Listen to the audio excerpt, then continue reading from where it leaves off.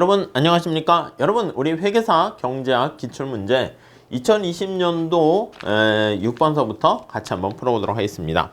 자, 6번 문제를 보시면 코드 정리 관련된 겁니다. 문제를 한번 같이 보실까요? 자, 다음은 강 상류에 위치한 생산자 A와 강 하류에 위치한 피해자 B로 구성된 경제를 묘사한 것이다. 그래서 A가 B한테 피해를 주나 보죠. 자, A는 제품 Q를 생산하는 과정에서 불가피하게 오염물질을 배출하며 오염물질이 이렇게 배출이 되고 있습니다. 이로 인해서 B에게 피해를 발생시키고 있습니다. 생산 과정에서 네거티브한 외부성이 발생되는 것이죠. 자, 소유권은 근데 B한테 있대. 그러니까 B가 강의 소유권을 갖고 있는 상황이니까 A한테 얘기하겠지. 야, A야, 너 오염물질 배출하지 마. 이거 내 거야. 이렇게 얘기할 겁니다. 자, A의 한계 편익과 B의 한계 비용은 다음과 같다. 생산에 따른 A의 한계 편익과 비용입니다. 자, 한계 편익은 우하향하고요. 살짝 그래프를 그려볼까요? 여기다 그립시다. 이렇게 있어요. 자, 이게 Q 생산량에 따라서 한계 편익은 A가 생산함에 따라서 편익을 얻게 되는 거죠. 10에서 마이너스 2분의 1로 해서 이렇게 되어 있습니다. B는 한계 비용입니다. 왜냐면 오염물질이 배출되면서 B한테는 그게 피해가 되는 것이기 때문에 그만큼 슬프겠죠? 이렇게 피해를 보고 있습니다. 자, 그러면 살짝 요거 값들을 여기다 써보면 요게 한계 비용입니다. B가 치르게 되는 피해 크기죠. 2분의 1Q 이렇게 돼 있고 A가 얻게 되는 한계 편익입니다. 10-2분의 1Q 이렇게 되어 있어요. 오케이, 이해 가시죠? 자, A의 고정 비용과 한계 비용은 전혀 없고 B의 한계 편익도 없다. 그러니까 심플하게 얘기하는 거야. 서로 미치는 영향만 반영이 돼 있어요. 자, 양자가 협상을 통해서 사회적으로 바람직한 것은 오염물질을 제로로 해서 하나도 배출하지 않게 되면 A가 아예 생산을 못 하잖아. 그러니까 우리가 코드 정리에서는 한계 원리를 이용해서 한계 편익과 한계 비용이 같아지는 데서 최적 생산량이 결정됩니다.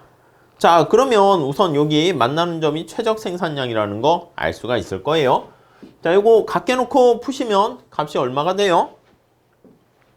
여기는 당연히 여기가 수직축이 10 이렇게 될 것이고 기울기가 2분의 1이니까 여기는 20 이렇게 될 겁니다. 요 갖게 놓고 풀면 여기는 딱 절반인 10 이렇게 돼요. 요거 이꼴로 하면 이쪽으로 넘어가잖아. 넘어가면 Q는 10 이렇게 되겠죠. 자, 요 값은 어떻게 되겠습니까? 요 값은 5 이렇게 되는 거 알 수가 있어요. 이렇게 세팅을 하고요. 여기가 이제 원점에서 이렇게 시작하고 있는 거죠. 자, 근데 앞에서 지금 스타팅 포인트를 뭐라고 했냐면 강의 소유권을 B가 가지고 있는 거야. 그러면 가만히 있을 때 B는 오염물질을 생산하지 못하도록 할 겁니다. 그럼 A한테 아예 생산을 못하도록 스타팅 포인트가 여기가 되는 거야. 이렇게 이해 가시죠? 자, 우리 영역을 좀 나눠서 한번 볼까요? 영역을 나눠서 여기를 A, 여기를 B, 여기를 C 이렇게 할게요. 자, 그러면 협상하기 전을 우리가 before라고 할게요. 협상하기 전에 생산량은 어떻게 되겠습니까? 하면은 여기 나와 있는 것처럼 그냥 빵이야, 빵. Q는 빵에서 생산을 하게 되는 것이고 거래를 통한 이득이 하나도 없게 되는 거야. 자, 이런 상황에서 만약에 협상을 했어. 애프터는 협상 이후라고 보시면 되겠습니다. 사회적인 생산량인 10을 생산하게 되면 생산 시 자, 여기 보시면 A가 생산하는 공장이잖아. A가 얻게 되는 편익은 어떻게 되겠습니까? 우리 이렇게 합시다. 좀 두껍게. A가 얻게 되는 편익은 이거야. 여기서부터 이만큼 편익을 얻게 되는 겁니다. 요거 다 면적만큼. 오케이? 이해 가시죠? 그러니까 ABC가 바로 A가 얻게 되는 편익의 크기. 이렇게 정리를 하시면 되겠습니다. 그래서 저기 나와 있는 A 기업의 편익이 얼마나 증가합니까? 라고 하면 증가는 여기 나와 있는 A, B, C 이렇게 돼요. 오케이? 이해 가시죠? 근데 B기업은 피해가 발생한다고. 이해 가시죠? 그래서 피해 크기가 얼마야? 이만큼이 오염물질이 배출돼서 A만큼이 피해를 보게 됩니다. 오케이? 그래서 B기업의 비용이 증가하는 걸로 할게요. 피해가 발생하는 거니까 비용이 증가.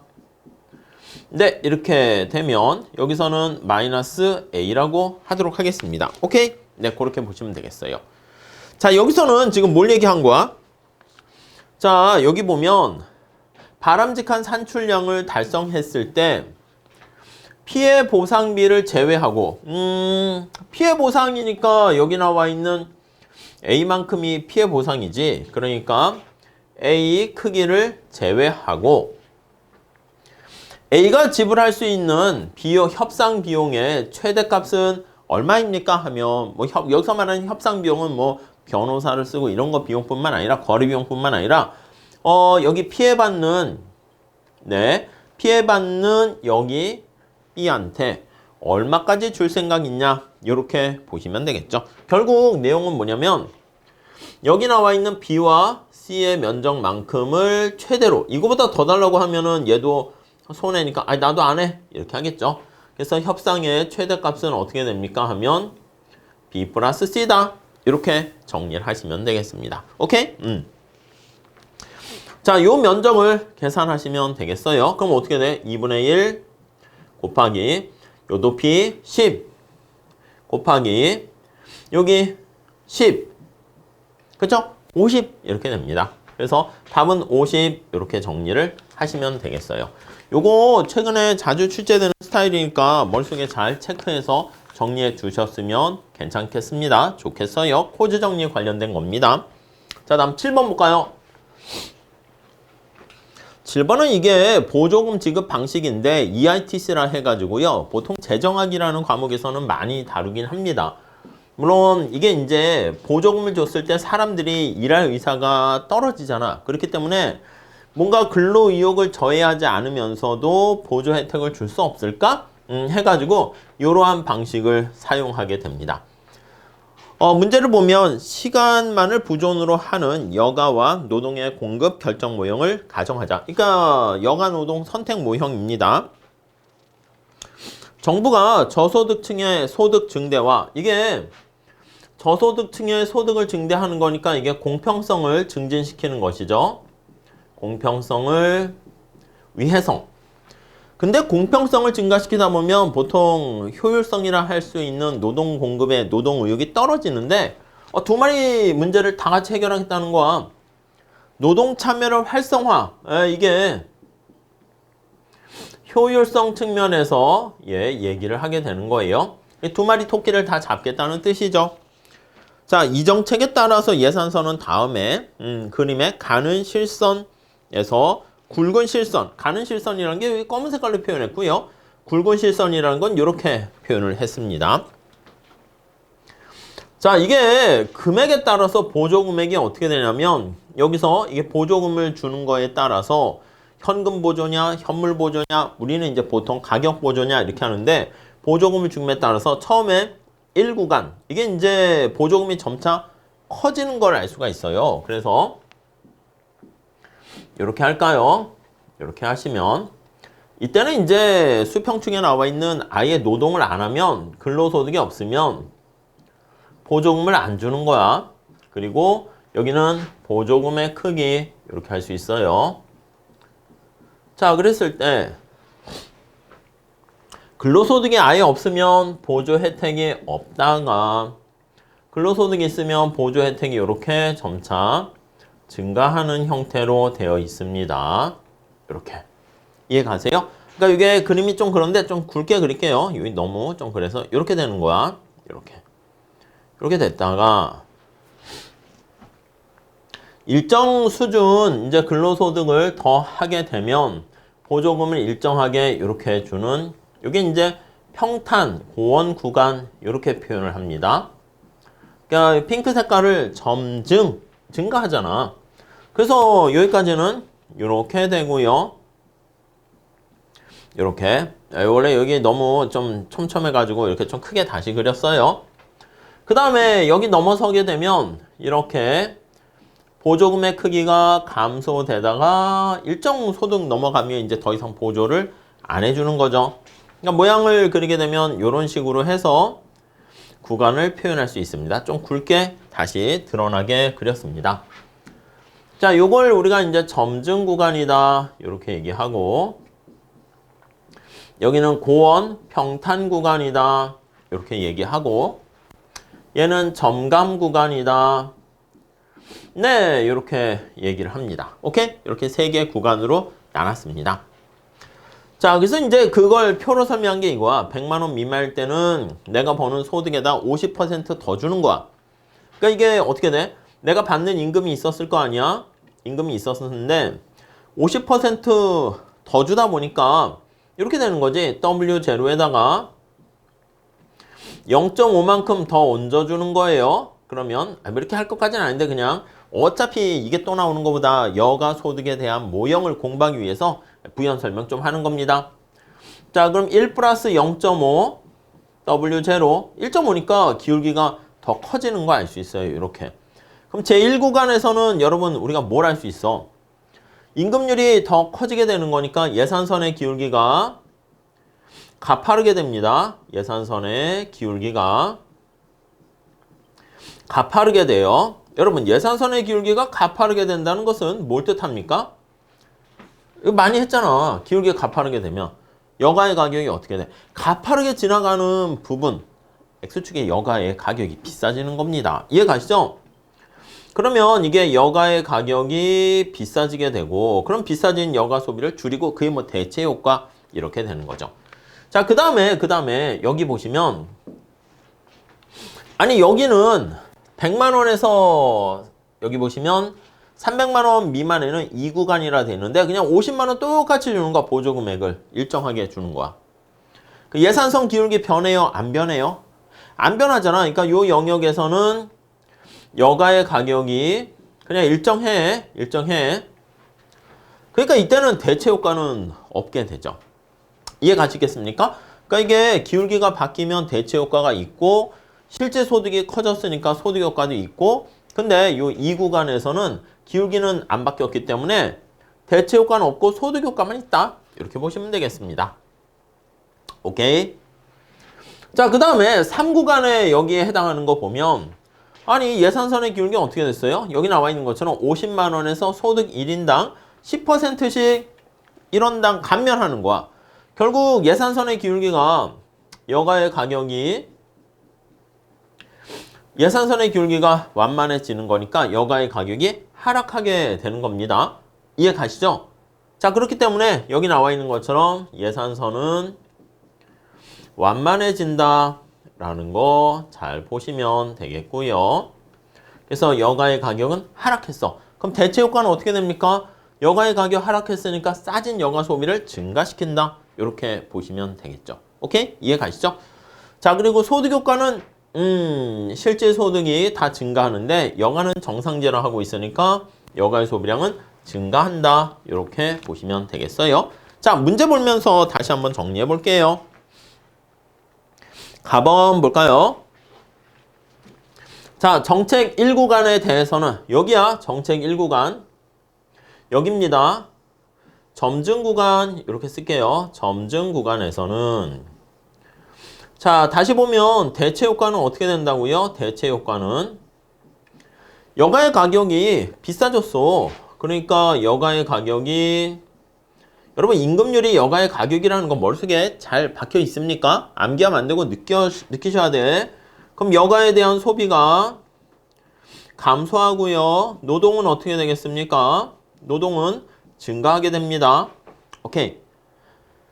뭐 상시계통하는 효과지. 왜냐면 임금 올려주니까 일을 더 해야 되는 거 아니겠습니까? 자, 소득 효과는 스몰 m이라 할게. 실제 소득이 증가합니다. 그럼 여가는 지금 뭐라고 그랬어? 정상제라 그랬잖아. 그럼 여가의 소비량이 증가하고 네, 노동시간은 감소한다라는 거 알 수 있어요. 그러니까 이 점증 구간에서는 여기 나와 있는 것처럼 대체 효과랑 소득 효과 어느 게 더 크냐에 따라서 최종 결론이 달라진다라는 걸 알 수가 있어요. 그래서 가번 보시면 여기 1구간에 속한 사람한테는 대체 효과랑 소득 효과가 노동 공급에 대해서 서로 반대 방향으로 작동하니까 이거 재정학 같은 거 할 때는 그냥 뭐 표로 암기해서 해요.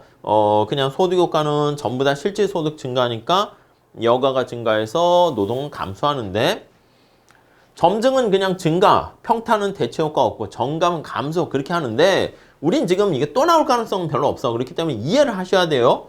자, 그렇기 때문에 궁극적으로는 불분명해서 어느 게 더 크냐에 따라서 결과는 달라져서 알 수 없다. 오케이? 자, 다음 2구간 볼게요. 2구간이 평탄, 고원 구간에 있는 사람들은 여기야 여기 여가의 가격이 불변이라고 그랬잖아. 그러니까 이 구간에 있는 사람은 어떻게 됩니까? 하면 고원 평탄 구간입니다. 자, 대체 효과는 어떻게 된다고? 대체 효과는 없지. 예산선이 그대로잖아. 변화가 없잖아.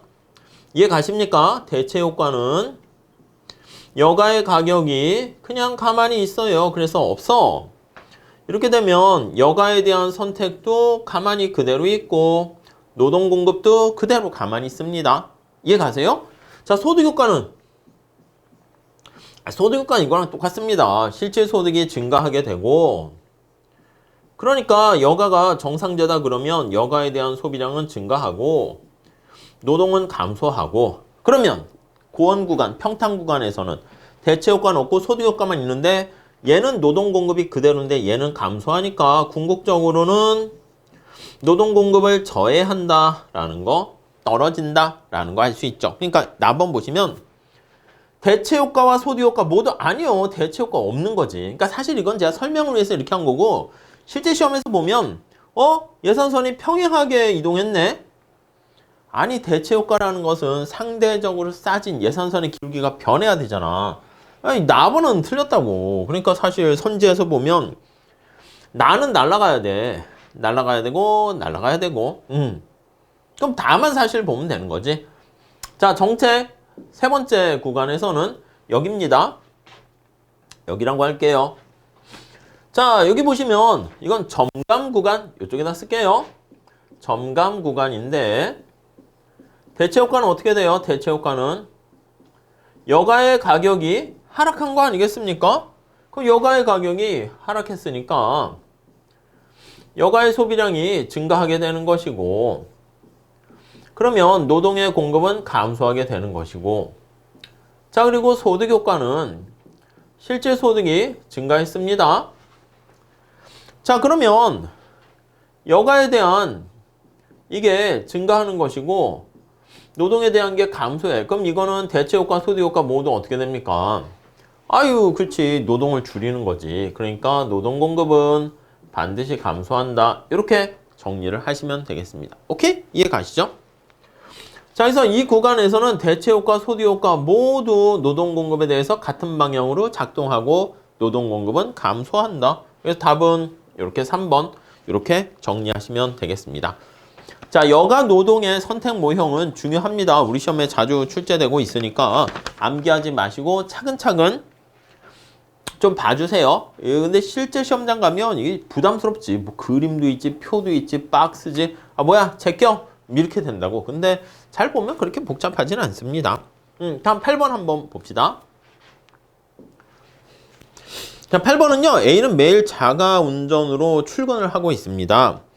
A가 자동차 주행 속도를 S로 선택했을 때는 사고 없이 주행 속도를 S로 했대. 사고 없이 직장에 도착하는 데는 S분의 1시간이 걸리고 그러니까 주행 속도를 빨리 올리면 올릴수록 걸리는 시간은 줄어들겠네. S가 클수록.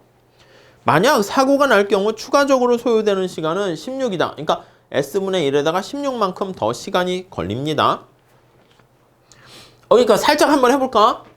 자, 만약에 지금 현재 어떤 상황이 있어? 현재 상황이 있는데 이게 사고가 날 때, 사고가 안 날 때, 이렇게 합시다. 사고가 날 확률을 파이라고 했습니다. 파이라고 하면 사고가 나게 되면은 주행 시간을 여기다 쓸게. S분의 1에다가 16만큼 시간이 더 걸려요. 사고가 나지 않으면 이렇게 S분의 1 이렇게 되는 거 알 수가 있겠습니다. 오케이, 이해 가시죠? 자, 그러면 사고가 날 때, 사고가 나지 않을 때 이렇게 돼 있어요. 그럼 우리가 요 기대 값을 한번 구해 보는 거죠. 오케이? 그럼 기대 시간이라 할까요? 기대 시간 얼마나 걸릴까 하면 요거요. 사고 날 확률에다가 요 값 시간, 걸린 시간을 곱하는 거죠. 파이 뒤에가 좀 크니까 가로로 묶을게요. S분의 1 더하기 16 됐죠? 사고가 안 나면 1 마이너스 파이 확률로 S분의 1 이렇게 되겠네요. 이 정리 한번 해볼게요. 그럼 16파이에다가 정리하면 여기다 쓸까? 16파이에다가 S분의 1 이렇게 되겠습니다. S분의 1, S분의 요거는 지워지죠.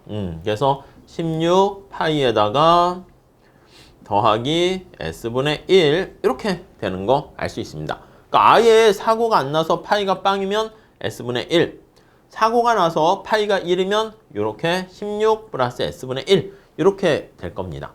그러니까 S분의 1은 양쪽에 공통돼 있고 사실은 16이 파이랑 1 마이너스 파이 그 확률로 들어가게 되는 거죠.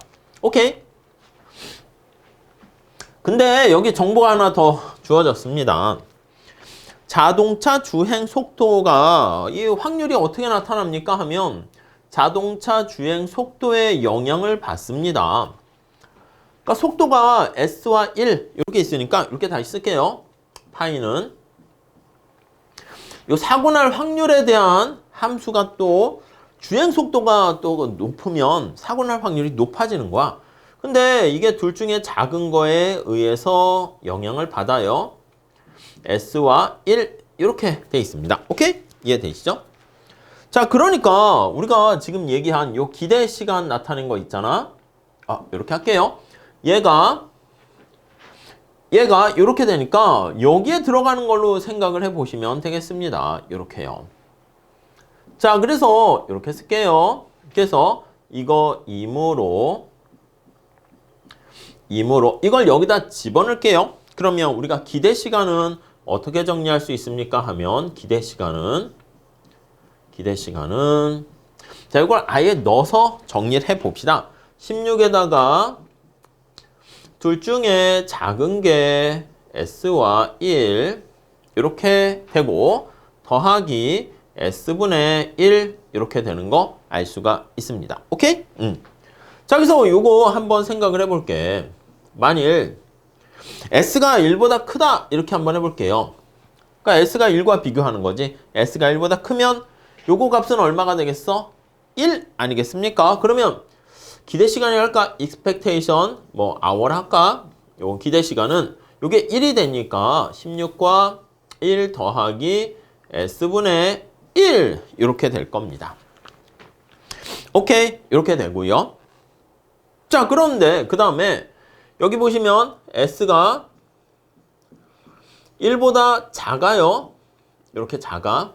작게 되면 S가 1보다 작으면 S 값이 될 거라고. 이해 가시죠?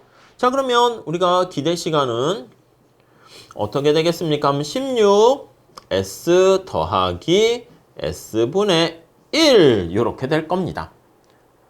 자, 그래서 지금 우리가 구하고자 하는 게 A의 기대 출근 소요 시간이 이 기대치로 하는 거야. 기대 출근 소요 시간이 이렇게 될 수 있고 이렇게 될 수 있잖아. 근데 이거 값을 최소화시키는 주행 속도는 이렇게 여기일 때 최소화시키는 주행 속도가 지금 뭐야?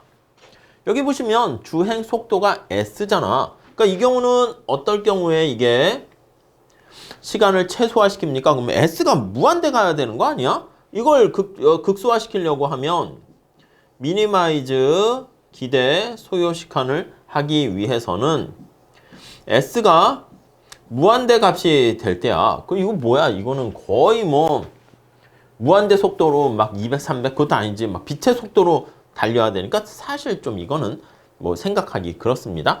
보기 선지를 보면 뭐 3분의 1, 16분의 1, 뭐 4분의 1, 2분의 1 뭐 이렇게 있잖아. 자, 요거 볼게요. 요거는 이제 살짝 할 수가 있겠지. S를 너무 올리게 되면 이거 값이 커지잖아. 그러니까 약간 밸런스를 맞춘 적절한 주행시간 요거를 찾을 수 있겠죠. 그러니까 이쪽 측면에서는 이게 증가하고 얘는 직각삼곡선 형태가 되니까 이해가세요? 두 개. 보통 우리가 이제 그렇게 되는 거지. 얘는 저기 증가하는 형태가 있고 직각삼곡선 형태가 있으니까 뭐 대략 요거 두 개 합을 극소화하는 거잖아. 그래서 여기 어디 이거 해가지고 미분하시면 되겠죠. 오케이. 자, 그러면 공간이 없으니까 이쪽에다 한번 볼게요. 자, 요거를요.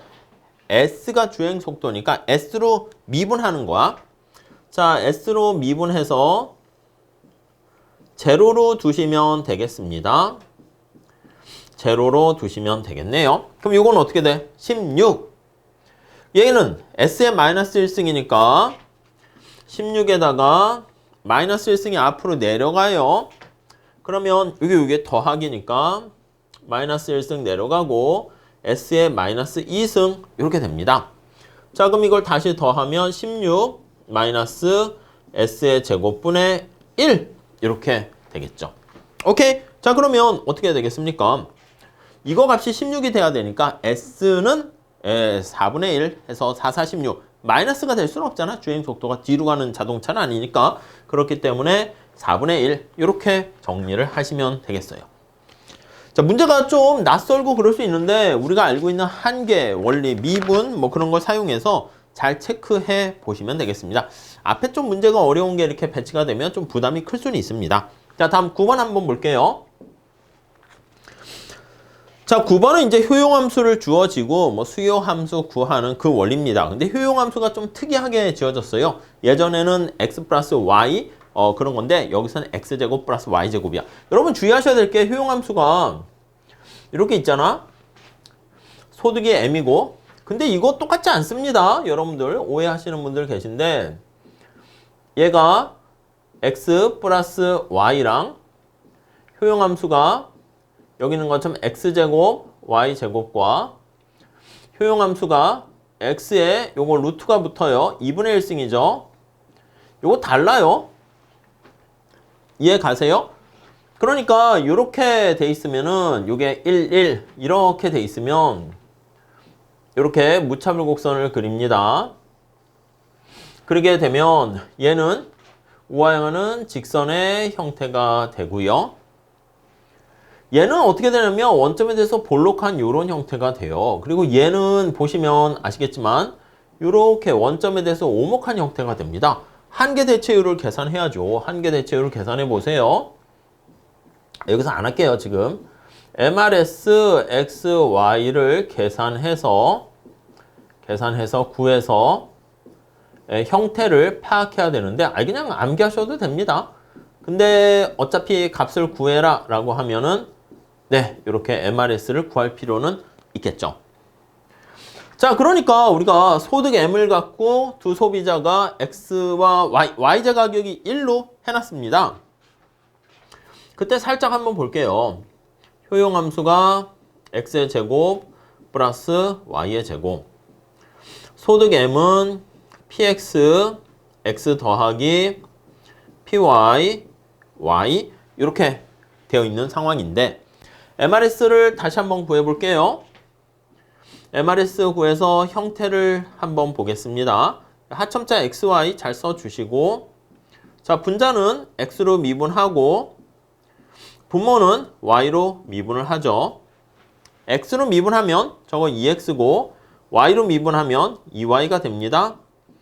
Y분의 X니까 한계 대체율이 체증입니까? 체감입니까? X값이 커진다라고 하면은 이거 값이 커지니까 한계 대체율이 체증하게 되는 것을 알 수가 있어요. 체증하면은 여기 나와 있는 것처럼 원점에 대해서 약간 오목하죠. 그리고 앞에 무슨 뭐 2와 개수가 없으니까 약간 형태가 느낌을 이렇게 가져가시면 x가 되고 y가 되면 약간 원점을 지나는 45도 선상에 약간 대칭 형태가 될 거라는 것을 살짝 눈치를 챌 수가 있을 거예요. 뭐 이런 식의 매끄럽게. 오케이? 자, 그리고 여기 보시면 y자 가격은 1이라고 이렇게 얘기했습니다. 1 이렇게. 그럼 예산선을 그릴 때 어떻게 됩니까 하면 그려볼게요. 여기가 x, 여기가 y 이렇게 되면 예산선의 기울기가 py분의 px인데 그냥 px가 바로 예산선의 가격입니다. y는 몇 개를 소비할 수 있어? x에다 빵 넣으면 y는 여기 m 이렇게 될 것이고 우하향하는 직선이 되는데 x만 소비하게 되면 y에다 빵을 넣게 되면 여기는 m을 px로 나눈 값 이렇게 되겠죠. 예산선 기울기 어떻게 돼? 그치? 기울기는 그냥 px 이렇게 됩니다. 오케이? 이렇게 세팅하고 들어가시면 되겠어요. 제가 설명을 위해서 세팅한 거지 문제 풀 때는 그냥 바로 들어가셔도 됩니다. 자, 그러면 우리가 요거 효용 극대되는 선택점을 한번 살펴볼게요. 만약에 x의 가격이 되게 비싸다고 할게. 여기 이제 마이너스 1의 형태가 되는 거라고 생각을 살짝 하시면 x의 가격이 굉장히 비싸. 이렇게 한번 그려볼까요? 이게 비싸 이렇게. 비싸. 여기는 m이고 여기는 y고 여기는 x고. 자, 그랬을 때 여기 나와 있는 무차별 곡선이 이렇게 돼 있는 거야. 이해가 가시죠? 그러면 이렇게 되면 효용 극대화되는 선택점이 어디가 되겠어요? 여기가 되겠지, 여기. A라고 할까요? A. 이렇게. 그래서 가격이 되게 높을 때 1보다 높으면 X제 소비를 빵! 이렇게 하는 거야.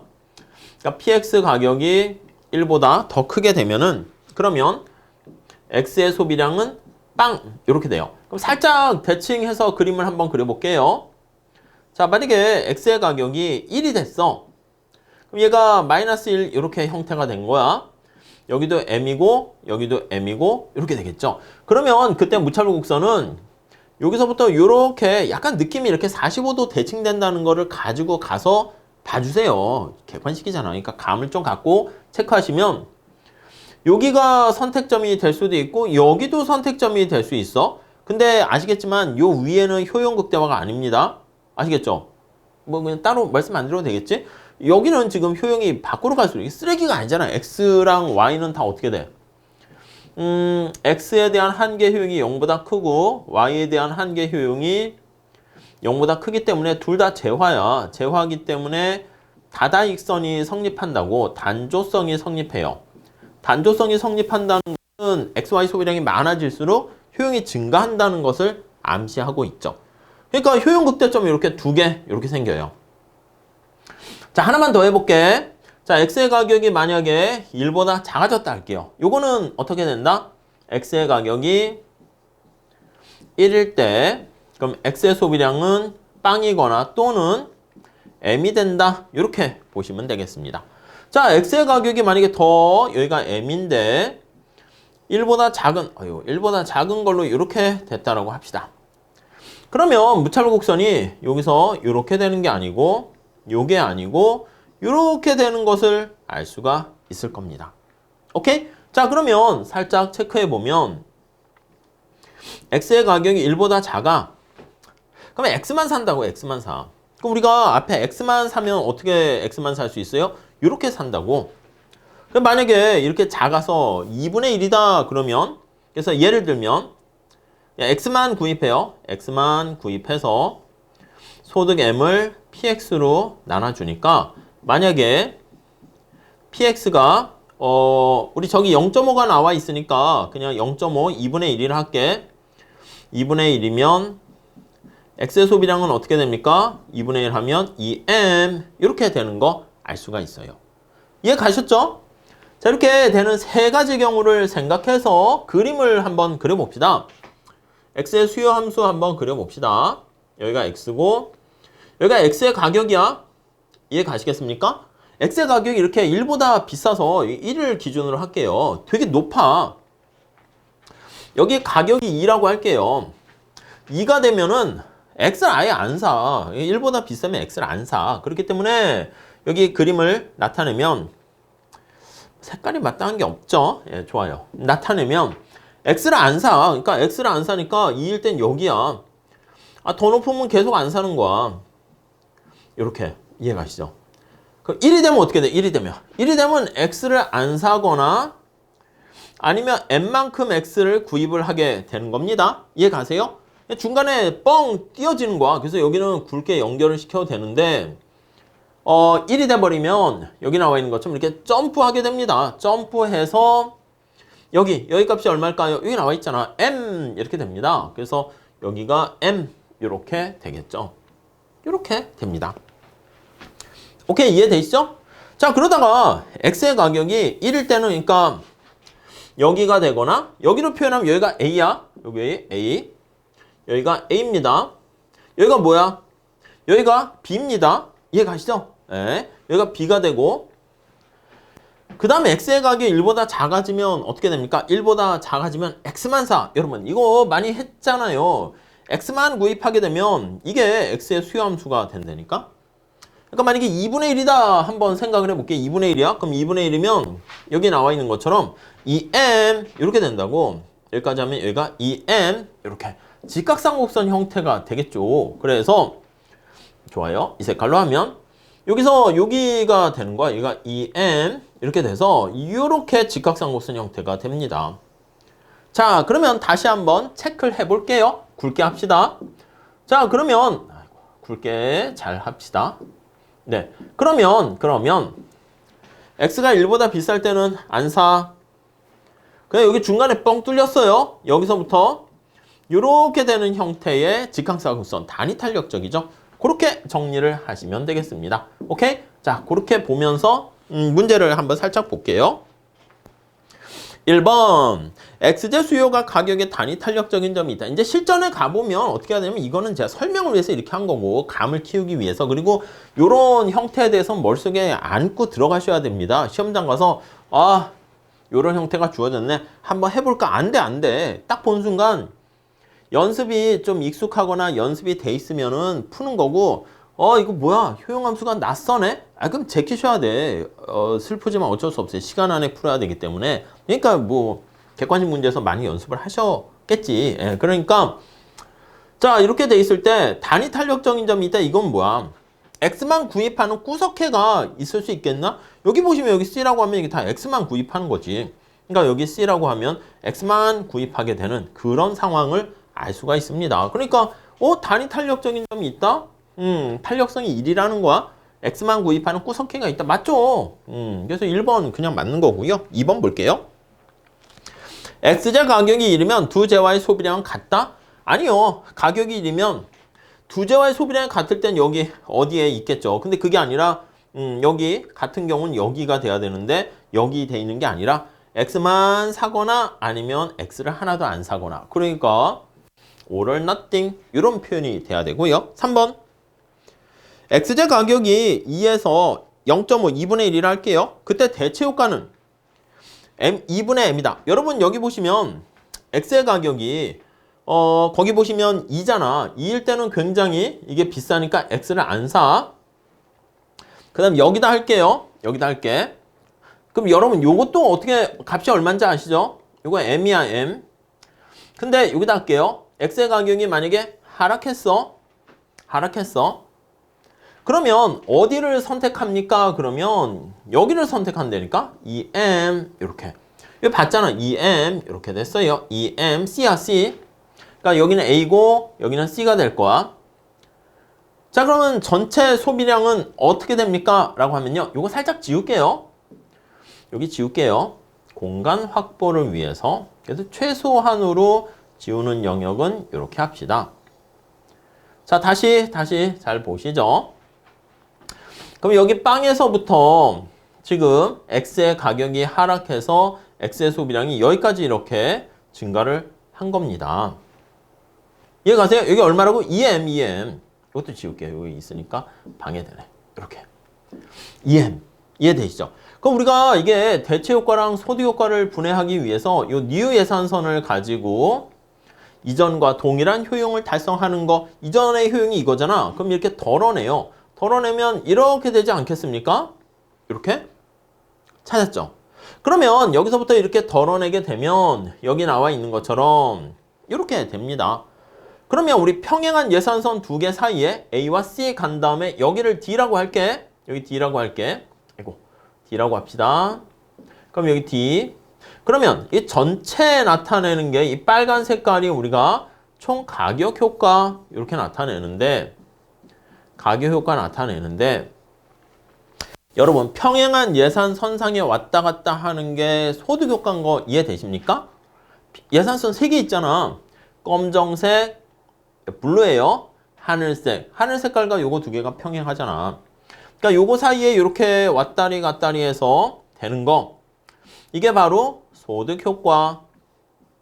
대체 효과는 뭐야? 상대 가격이 변해서 A에서 D로 뿅 하고 가긴 했지만 이렇게 나타내는 게 대체 효과. 이렇게 보시면 되겠죠. 자, 그러니까 다시 한번 정리를 하시면 총 가격 효과에서 대체 효과는 0에서 M, M까지가 대체 효과. 소득 효과도 M에서 EM, M까지가 둘 다 M이네. 그리고 얘도 M이고 얘는 EM 이렇게 되는 거 알 수가 있습니다. 그러니까 대체 효과는 그냥 M이다 이렇게 표현을 해야 되겠습니다. 오케이? 이해 가시죠? 다음에 4번. X제 모든 가격에서 효용 극대화점은 유일하다? 아니요. 모든 극대화점이다 라고 하면 이게 다 효용 극대화점 거기 보시면 유일한 게 아니지. 그러니까 틀렸고요. 5번. 한계 대체율이 X제 가격과 같아지는 효용 극대화점이 존재한다? 여러분, 한계 대체율이 이거잖아. X의 가격이 PX 이렇게 되는 거잖아. 그래서 한계 대체율이 거기 보시면 PX랑 같아지는 거. 우리가 살펴봤을 때 이게 1일 때는 XY가 같아야 되는데 1일 때는 아니야. XY가 같지 않다. 이 앞에서 확인을 했잖아. 1일 때는 두 개 같지 않고 X가 그리고 만약에 1보다 더 커. 그때는 X의 소비량이 빵이란 말이에요. 2일 때는 어떻게 돼? 여기다 안 써도 되겠죠? 쓸까요? 그러니까 만약에 이게 X의 가격이 2일 때는 한계 대체율과 같다 그러려면 얘가 여기 나와 있는 것처럼 Y분의 X 이렇게 되니까 X는 2Y가 돼야 된다. 이 관계가 성립해야 된다 하는데 X의 가격이 2가 되면 X의 소비량은 빵이야. 그러니까 이거 관계가 성립하지 않죠. 이거보다 작을 때도 마찬가지고. 그렇기 때문에 효용 극대화 소비점이 X의 가격 한계 대체율 같은 거 성립하지 않는다. 이렇게 보시면 되겠습니다. 그래서 뭐 설명을 위해서 많이 드렸는데 이런 스타일의 문제가 많이 출제됩니다. 우리 시험에서. 그래서 뭐 단위 탄력적인 구간이 있다, 뭐 수평인 구간이 있다, 뭐 늘상 나오니까 좀 잘 한번 체크해 보시면 좋겠습니다. 다음 10번 한번 볼게요. 뭐 10번도 이게 또 과한 문제들이 왕창 좀 들어가 있는 것 같아요. 10번도 뭐 실제 시험에서는 좀 이렇게 생각하다가 뭐 제끼셔도 상관없을 것 같긴 합니다. 자, 아이디어 차원에서 한번 조금 보도록 하시죠. 자, 2명의 소비자가 이동통신 서비스를 사용합니다. 근데 이 기업이 독점 기업인가 봐요. 총 비용 함수가 이렇게 있으니까 한계 비용은 2라는 거 우리가 파악하면서 갈 수가 있겠고. 자, 한 소비자는 이렇게 수요가 다릅니다. 수요가 좀 이질적이네요. 살짝 그림으로 그려볼까요? 이렇게 나눠서 그려볼게요. 그리고 해설에는 한꺼번에 붙여서 해설을 넣긴 했는데, 자, 첫 번째 소비자는 이렇게 있다 할게. 마이너스 1의 기울기. 두 번째 소비자는 좀 약간 이게 똑같은 거야. 기울기만 조금 더 가파르게 이렇게 해놨습니다. 오케이? 그리고 한계 비용은 지금 MC가 2 이렇게 있네. 2 이렇게 있습니다. 앞에 거를 그냥 한 A 소비자로 할까? 여기를 B 소비자로 할게요. 이렇게. 오케이? 이해 가시죠? 자, 이렇게 역수요 함수를 갖고 있는데 독점 기업이 가입비와 서비스 가격을 분리해서 부과하는 이부가격제를 실시한다면 어떻게 되니? 그거를 나타내고 있습니다. 여러분, 우선 독점이기 때문에 MR 값을 한번 구하셔야 돼. 요게 P 값이야. P는 10-y인데 뭐 y1이라 할까? y 거기 보시면 뭐 따로 해놓지는 않았으니까 그냥 y라고 할게요. y1 이렇게. 요거는 10-2y 이렇게 합시다. 뭐 굳이 뭐 생산하는 거니까 네, 안 해도 될 것 같습니다. 자, 그 다음에 여기 보시면 MR이 기울기가 좀 2배 가파른 기울기로 돼야죠. 얘도 2배 가파른 기울기가 돼야 되겠습니다. 오케이, 이해 가세요? 자, 그래서 얘가 MR은 기울기 2배 가파르니까 절편은 똑같습니다. 2y. 그래서 이게 약간 기울기가 2배씩 작동돼가지고 얘는 4y. 우리 책에서는 뭐 그림을 한 번에 거기다 그려놓긴 했어요. 오케이, 이렇게 잘 돼 있습니다. 자, 그런데 독점 기업이 가격을 이렇게 서비스 가격과 가입비를 분리하는 이부가격제를 적용한다. 이렇게 나와 있습니다. 여러분, 이부가격제가 뭐야? 가입비와 사용료를 따로 받는 거예요. 가입비와 사용료를 따로 이렇게 받게 됩니다. 그래서 만약에 우리가 이렇게 수요 곡선이 우하향 하잖아. 그럼 지금 독점 같은 경우에는 뭐 이렇게 되는 거지. 독점 같은 경우에는 여기 나와 있는 것처럼 수요 곡선이 이렇게 있고 MC가 있으면 보통 우리가 얘기할 때는 이렇게 나눠서 받게 되는 겁니다. 자, 그럴 때 뭔가 소비자 잉여를 다 제거할 만큼 가격을 좀 받아내려고 하는 거야. 그래서 보통은 이렇게 하는 거죠. 보통은 이렇게 색깔을 칠합시다. 이만큼을 가입비로 받아내요. 가입비를 이만큼 받아내고 사용료는 어쨌든 비용만큼 이렇게 덜어내는 거니까 사용료는 사실 뭐 이득은 아니죠. 이거는 비용만큼 사용료로 한계 비용만큼 받게 돼요. 그 독점 이유는 어떻게 돼? 빨간 색깔만큼 되는 거 알 수가 있을 거예요. 자, 그래서 만약에 우리가 여기가 A, B, C 이렇게 되면 독점인 경우에는 어떻게 돼? 독점인 경우에 이유는 단일 가격을 책정했을 때는 B 이렇게 돼. 소비자 잉여는 A 이렇게 되고. 근데 여기 나와 있는 것처럼 이부 가격제를 실시했을 때 얻게 되는 이유는 이걸 둘로 나누다 보니까 A, B, C 이렇게 돼서 독점 이윤이 증가한다. 뭐 이런 것들 알 수가 있을 겁니다. 자, 그런데 문제는 뭐냐면 지금 두 개 시장을 같이 가지고 있어요. 그러니까 우리 끼워 팔기 생각하시면 돼. 묶어 팔기, 끼워 팔기는 어떻게 됩니까? 그냥 둘 다 두 명의 소비자에게 같이 판매를 할 것인가 아니면 한 명의 소비자에만 판매할 것인가 그거야. 근데 우리 거기 해설엔 그래서 두 개로 이렇게 나눠가지고 얘기를 했는데 그냥 이런 문제는 어떻게 하냐면 둘 다 팔 때가 가장 이윤이 극대된다 이렇게 보시면 돼. 여기 보시면 수직거리는 똑같은 상황인데 이 가입비를 받으려 하거든. 근데 가입비가 너무 비싸게 되면 얘가 편익의 수요 곡선이 확 줄어드는 거니까 소비자 잉여가 작아서 B가 아예 소비를 안 하게 된단 말이에요. 그래서 이제 B도 어떻게 소비하게 할 수 없을까? 그 생각을 하게 되는 거죠. 자, 그래서 거기 보시면 P 값을 얼마로 이렇게 설정했어. 얘 입장에서는 뭐 이렇게 막 될 수 있고 하는데 둘 다 받아들이는 상황, 얘도 이렇게 설정이 될 텐데 그냥 적절한 P 값을 하나 잡았다고 할게요. 그냥 적절한 P 값을 이렇게 공통으로 잡았다라고 합시다. 얘가 P야. 요게 P 값이야. 여기는 MC죠. MC는 2야. 2. 그러니까 얼마 P 값 이렇게 잡게 되면은 우리가 거기 보시면 여기 왼쪽의 소비자 같은 경우에는 자, 이거 괜히 해서 지저분해졌네. 지울게요, 그냥. 이부가격제니까 지금 적절한 가격과 소비자 잉여에서 또 이렇게 뜯어내는 작업을 하려고 해요. 그래서 여기 나와 있는 것처럼 가격을 이렇게 설정을 하게 되면 요 값을 우리가 찾아내는 거죠. 그게 밑에 보이셨어요? 그래서 여기 보시면 요 P 값이 요 수요 곡선과 만나는 점을 찾아보세요. 여기가 MR이 이거고 P가 이렇게 되니까 밑에 계산을 해보니까 요거 갖게 놓게 되면은 P 값으로 집어넣게 여기는 값이 10 마이너스 P분의 2 이렇게 됩니다. 여기. 여기도 한번 찾아볼게. 여기는 여기.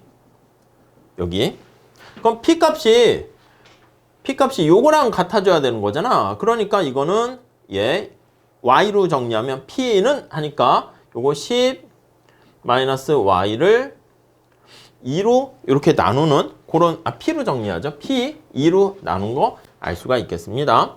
자, 그래서 여기 상황에서는 값이 어떻게 됩니까? 하면은 10 마이너스 P 이렇게 되는 거 알 수가 있겠습니다.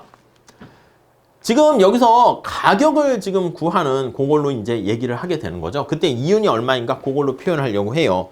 자, 그러면 첫 번째 여기에 나와 있는 요 면적이 지금 요 면적이 가입비가 되는 거잖아. 둘 다 소비를 할 수 있게끔 가입비를 설정해야 돼. 그럼 얘한테는 가입비를 이만큼을 받게 되는 거야. 이렇게 가격을 책정해서 이렇게. 그러면 B도 구입을 하고 대신 가입비를 똑같이 해야 돼. A도 요걸 갖게 돼요. 그래서 거기 밑에 해설을 살짝 보시면 A, B, C, D 이렇게 표현을 해놨는데 우선 요 가입비의 크기를 거기는 이제 A라고 해놓은 거야. 얘 가입비의 크기야.